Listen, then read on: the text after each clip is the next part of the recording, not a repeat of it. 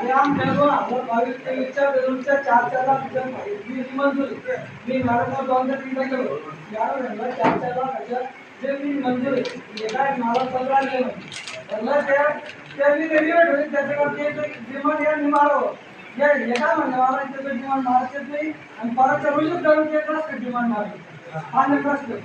परत मुली आंदोलन झालं मग सरकारचं काय काम होतं यांचं पूर्ण रस्त्याचं पातळ नसतं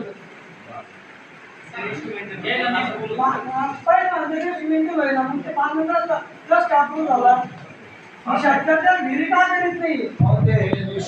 झाला नाही तो शेतकऱ्याच्या विहिरी करता आपल्या तालुक्याचा आणि बांधण रस्त्यावर कसं काय रेशो मेंटेन झालं आपल्या तालुक्यातले कोणत्याही गावं असेल सार्वजनिक कामाला ऑलरेडी टाइम दिलेलं असतो गणवलीला सुद्धा ती टाइम दिली नाही त्यावेळेस विकास सीओ यावेळेस तिथं एक गोवर्धनचा प्रोजेक्ट त्याचे